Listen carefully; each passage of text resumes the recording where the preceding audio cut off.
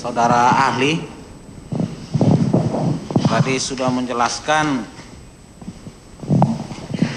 pengalaman selaku ahli forensik kalau di Indonesia yang berkaitan dengan racun pernah menangani yang keracunan insektisida, begitu kalau nggak salah tadi dengar. CO, itu yang banyak. Arsenik juga pernah. Tapi cyanida belum. Dengan penjelasan tadi jarang atau mungkin belum pernah terjadi di Indonesia. Di Jakarta yang pasti belum. Di Jakarta yang pasti belum.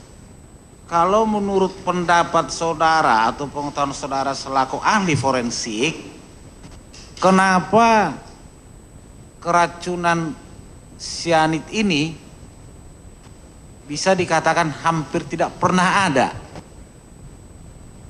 Apa kira-kira penyebabnya?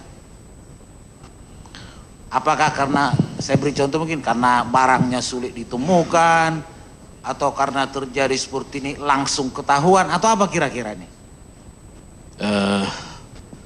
Cyanida itu racun yang disebutnya extremely toxic. Ekstrim? Toxic, jadi toksiknya ekstrim, Pak.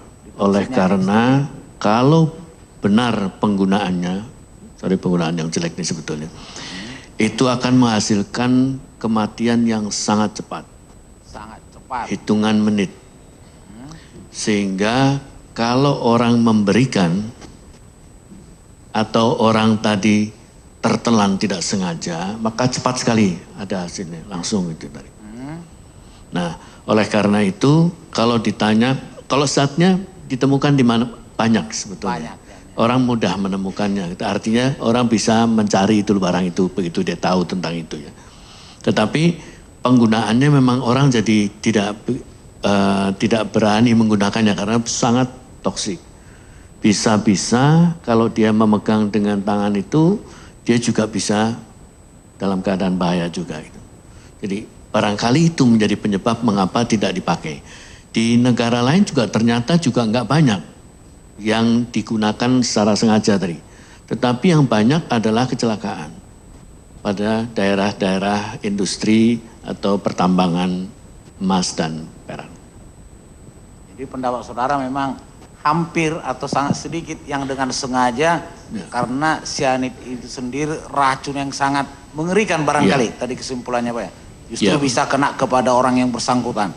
Karena sifat racunnya yang sangat tinggi. Cepat istilahnya. Tapi kalau barangnya bukan hal yang sulit untuk ditemukan.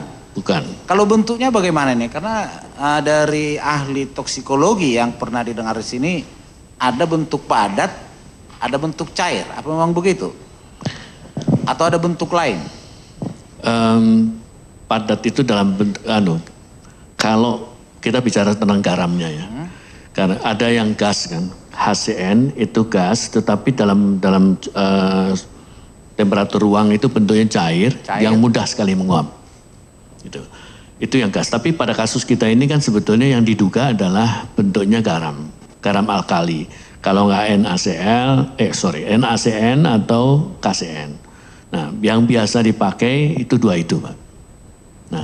Nah, NaCN maupun KCN itu bentuknya adalah semacam kayak kristal putih gitu. Kayak kristal putih. Ya. Kalau bentuk seperti itu, memang juga kesimpulan yang kami lihat di sini, HCl dan NaCl, bentuk kristal seperti itu diletakkan sekarang di tempat terbuka, karena tadi saudara sebutkan untuk sifatnya sangat cepat untuk menjadi gas, berubah menjadi gas. Apakah boleh atau apakah mungkin tetap dia bertahan dalam bentuk kristal atau mungkin akhirnya hilang, berubah menjadi gas? Kalau yang kristal itu tidak mudah menguap, Pak. Dia reaksi dulu dengan air, baru kemudian dia bisa menjadi gas tadi. Kalau bereaksi dengan benda cair, berubah menjadi gas. Gas.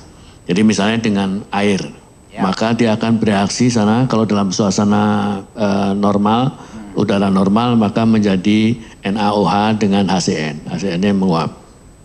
NaOH dengan dengan HCN. HCl. HCN. HCN-nya nanti jadi gas. Yang menguap jadi gas apa? HCN tadi, HCN-nya Pak. HCN-nya. Karena termasuk tadi saudara jelaskan bahwasanya untuk kasus yang terpapar sianid, ya mungkin paling bisa efektif bisa disimpulkan kalau pemeriksaan dilakukan paling lambat 4 jam. Ya, pengambilan bahan. Pengambilan paling lambat 4 jam Ya. setelah terpapar. Karena dikhawatirkan dia cepat menjadi gas. Begitu Ya. kesimpulannya tadi. Sebetulnya tidak bilang kata-katanya adalah sebaiknya lebih cepat dalam atau within 4 hours gitu. Jadi Begitu. di dalam itu. Antara itu. Karena kalau di atas itu akan punya peluang untuk berdegradasi jadinya menghilang tadi. Sekarang kalau berada dalam lambung, apakah dia juga akan bereaksi menjadi gas sehingga hilang? Ya. Di dalam lambung juga akan mengalami hal yang sama, Pak. Jadi Mengalami akan, hal yang sama. Ya.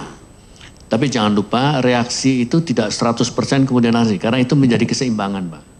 Di dalam situasi itu simbang antara cairan dengan gas tadi. Jadi dia akan berada di sana. Sebagian menjadi, kalau misalnya dengan ketemu dengan udara tadi, di dalam isi lambung itu ada HCl di dalam. Maka kalau ada HCl maka dia akan bereaksi lagi, berbeda lagi nanti. Na-nya dengan Cl, nanti jadi NaCl dan kemudian HCN-nya tadi jadi gas. Nah gasnya itu yang kemudian bisa itu. Tetapi semua ion tadi jangan lupa, ionnya itu masih tetap bisa diserap, Pak. Masih tetap bisa diserap. Baik.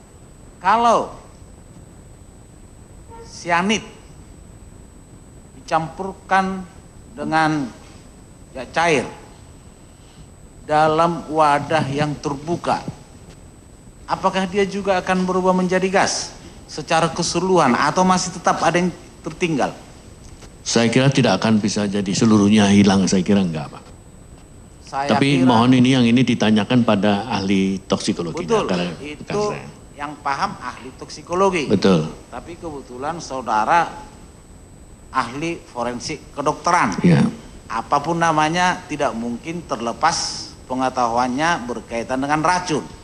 Ya. Karena justru disitulah dibutuhkan keahlian seorang kedokteran forensik. Dari pengalaman saudara atau yang saudara ketahui selaku ahli forensik, kedokteran forensik, kalau terjadi seperti itu, apakah di wadah itu masih tetap ada tinggal sianid atau dia akan berubah menjadi gas karena sifatnya tadi? Masih ada, Pak. Masih ada, Pak. Masih ada. Untuk jangka waktu berapa lama? Itu yang nggak tahu saya, Pak. Tidak tahu ya, berjam-jam, berhari-hari dalam satu wadah yang terbuka yang dicampuri sianid. Ya. Apakah masih tetap ada dia tertinggal? Saudara tidak bisa pastikan. Yang tahu itu adalah ahli toksikologi. Ahli kimia, Pak. Begitu ya. Baik. Ini saya beri contoh saya sendiri. Saya sekarang duduk di sini bertanya kepada saudara. Kalau saat ini diperiksa lambung saya, apakah mungkin di lambung saya ada racun? Racun. Apakah racun apa itu terserah.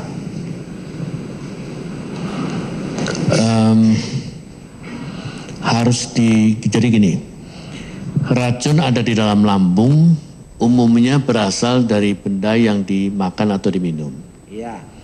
Sehingga kalau kita ditanya apakah ada di dalam lambung Bapak itu ada enggak racun, maka bergantung pada yang dimakan dan diminum pada beberapa waktu sebelumnya ini. Berarti ada kemungkinan. Tergantung dari apa yang saya konsumsi beberapa waktu yang lalu.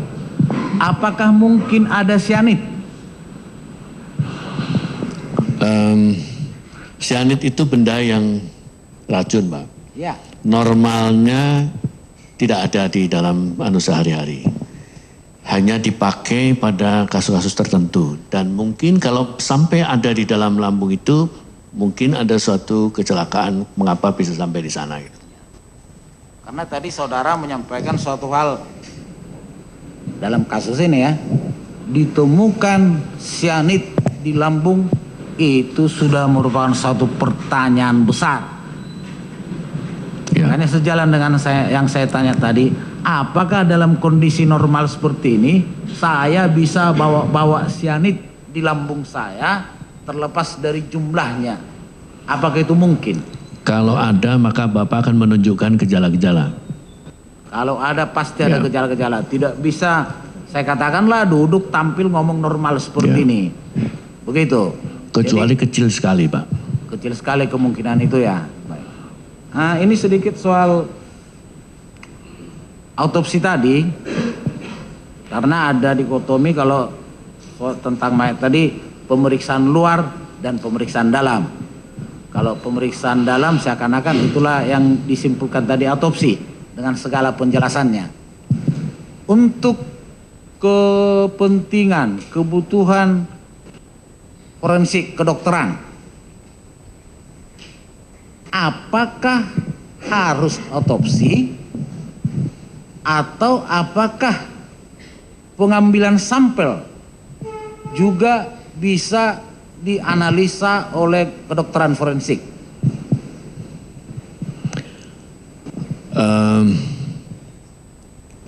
Tadi saya sudah cerita sebetulnya bahwa yang kita kerjakan kalau kita tidak ada informasi lain sebelum ini tadi pada orang itu, maka kita lakukan otopsi tadi. Kalau tidak ada informasi lain tadi. Nah, pada kasus kita, kemudian kalau otopsi tidak dilakukan, nah pertanyaan kita adalah sebetulnya itu, begitu otopsi tidak bisa dilakukan, apa yang harus kita kerjakan? Untuk bisa tetap memperoleh informasi. Mungkin informasinya tidak 100% bagus, tetapi ada informasi. Itu yang harus kita dikerjakan oleh para dokternya tadi. Jadi dari pengambilan sampel mungkin tidak 100%, tetapi apakah dapat dipandang cukup untuk mendapat informasi dari pengambilan sampel? Pertanyaannya yang pasti begitulah pertanyaan saya. Ya, betul. Jadi itulah yang dituju atau dimaksudkan oleh para pelaksananya itu, dokternya maupun polisinya, bahwa paling tidak dia bisa mengambil bahan-bahan yang bisa digunakan untuk memperoleh informasi yang cukup. Itu.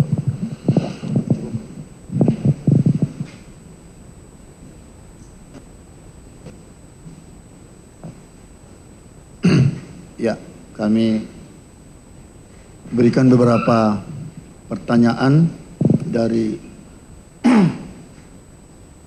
hasil penjelasan saudara tadi. Yang tertarik pertama saya melihat berdasarkan teori yang saudara lihat atau ketahui pemeriksaan di Swiss itu, ya.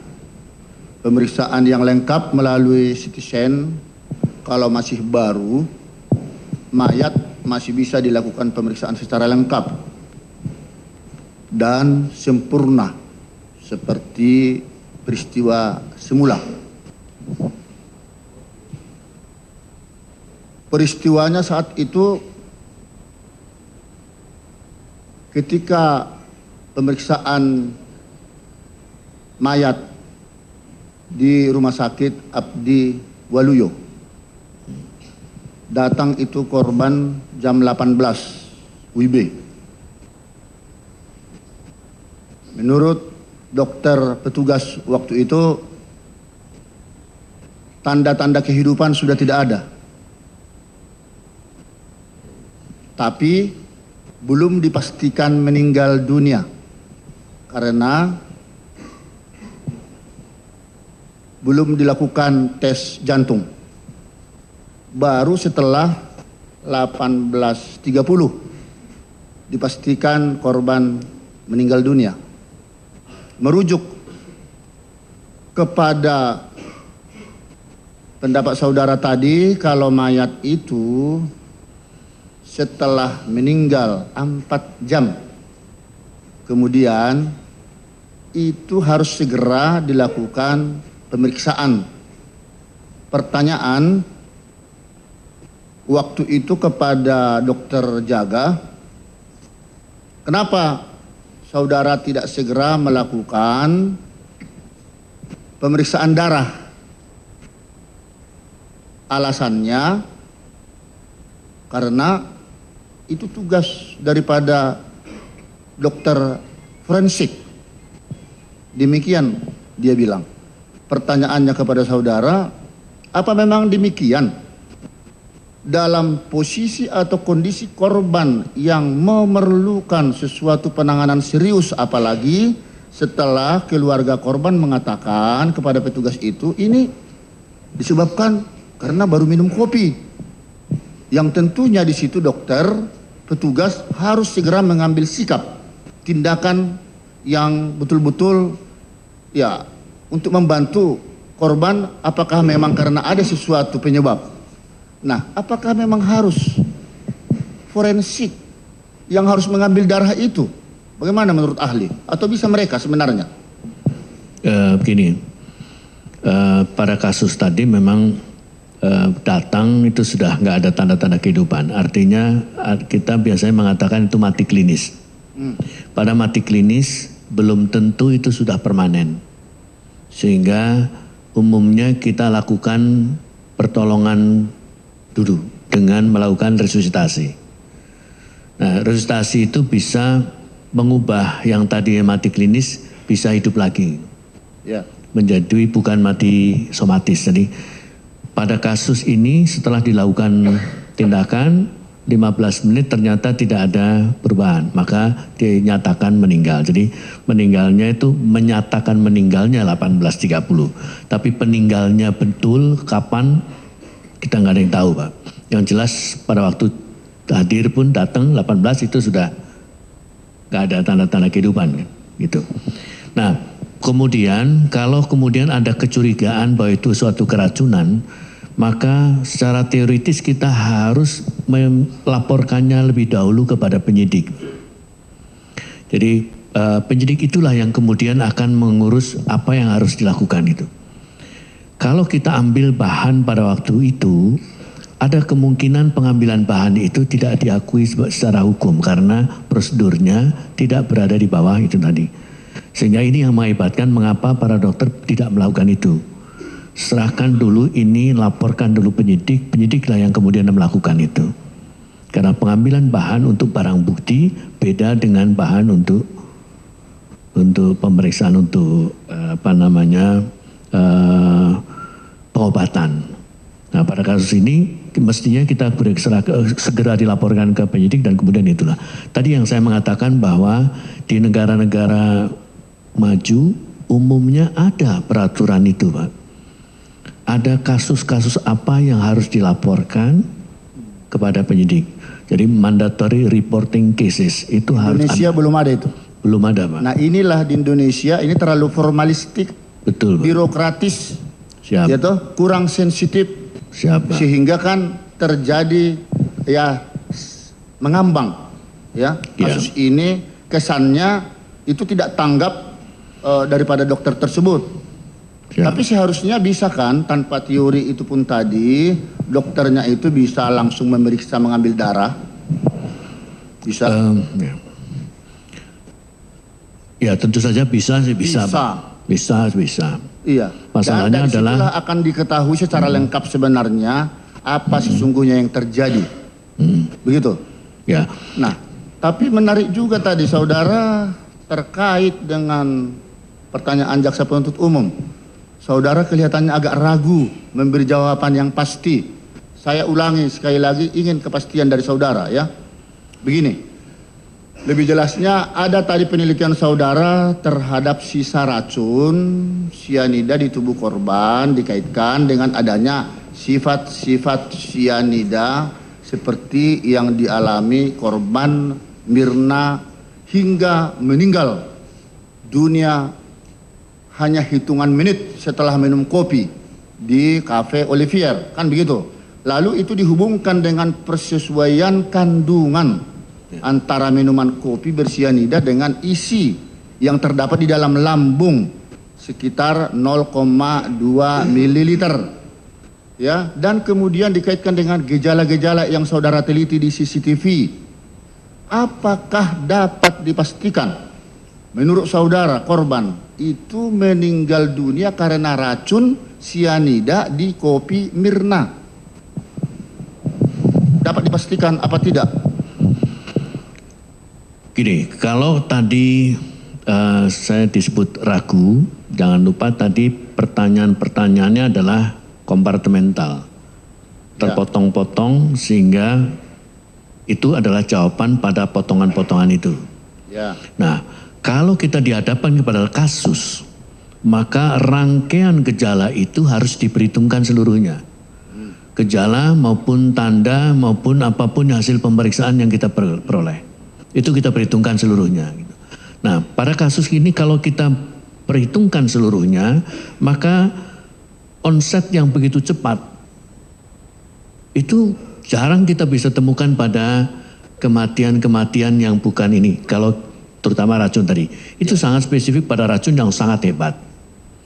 Tentu pada penyakit bisa juga seperti itu ya. Tetapi gejalanya tidak seperti yang ini tadi. Gejalanya ada pada orang ini kan beberapa hal itu sesuai sekali dengan keracunan CN-nya tadi.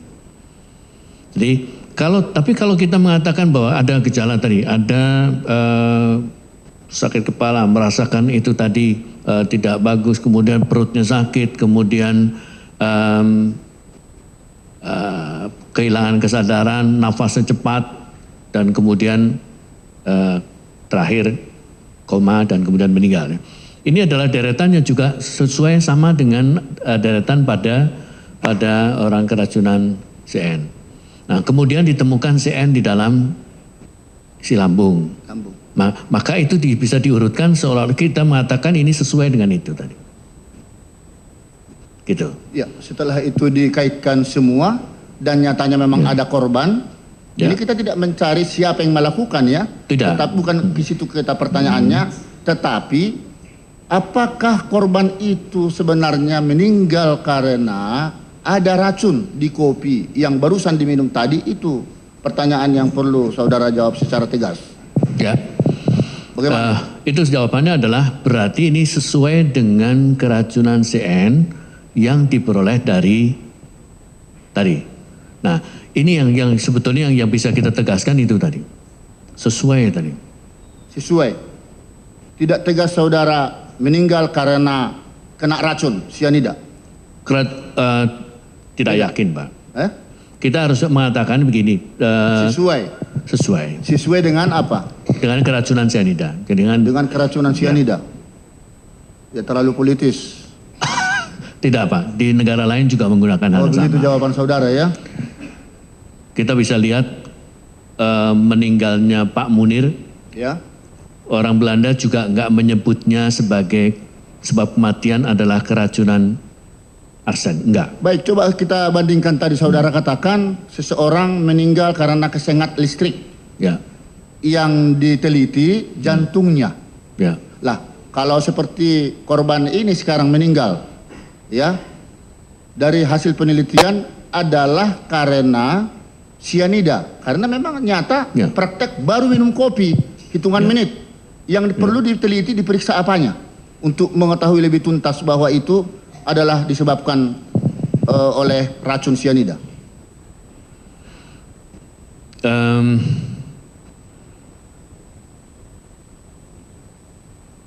Sebetulnya tadi ada yang masih bisa kita kerjakan sebetulnya ya. Apa itu? Yaitu kita melakukan pemeriksaan untuk mencari marker lain. Mencari? Metabolisme, Pak. Metabolisme jadi lain. CN itu kan sebetulnya nanti akan dimetabolisme menjadi tiosianat. Ya. Tiosianat ini harus kita cari. Nah, tapi sebelum kita sampai ke sana, kita pastikan lebih dahulu apakah memang toksikolognya, ahli toksikolognya sudah memeriksa itu belum? Nah, dalam hal ini sudah diperiksa belum? Saya nggak tahu, Pak. Nah, ini masih teoritis. Ya, bukan teoris. Ya, masih pertanyaan. Ya.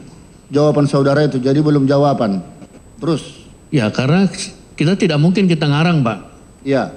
Kita berdasarkan fakta. Fakta yang seperti apa itu fakta itu?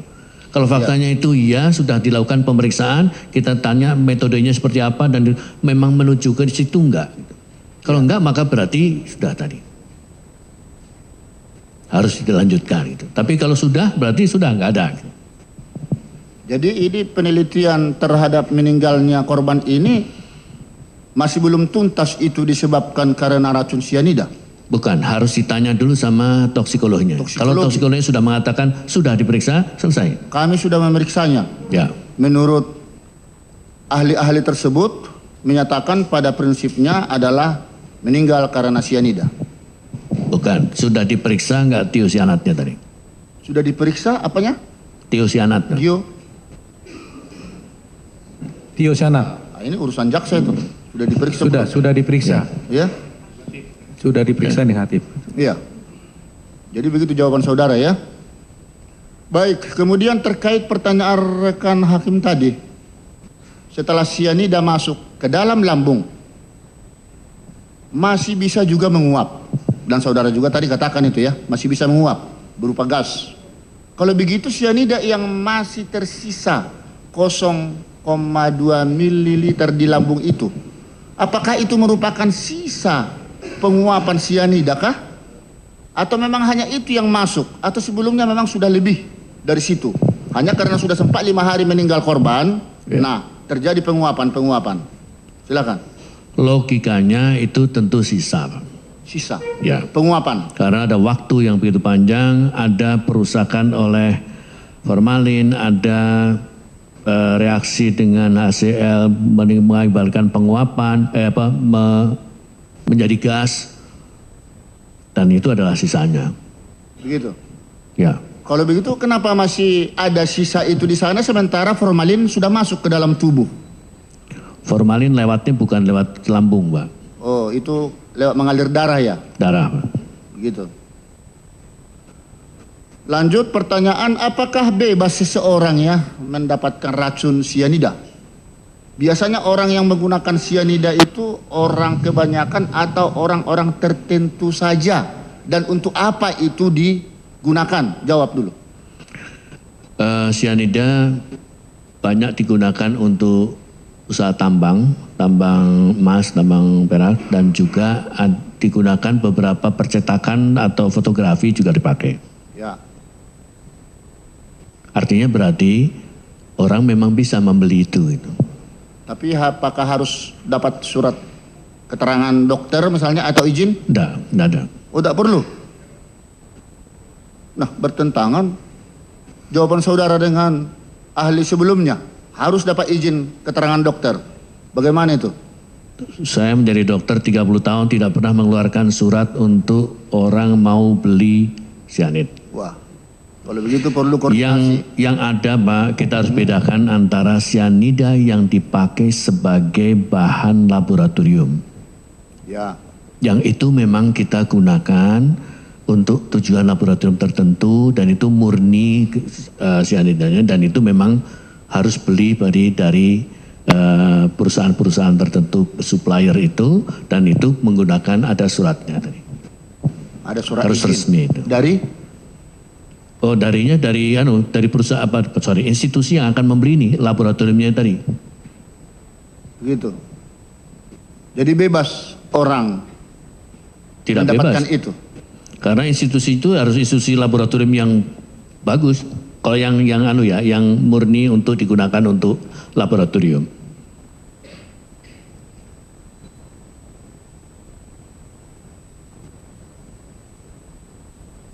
Bentar lagi.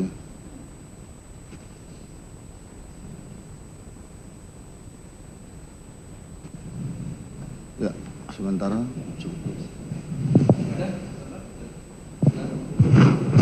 Ada yang boleh? Ada. Silakan. Ya, terima kasih.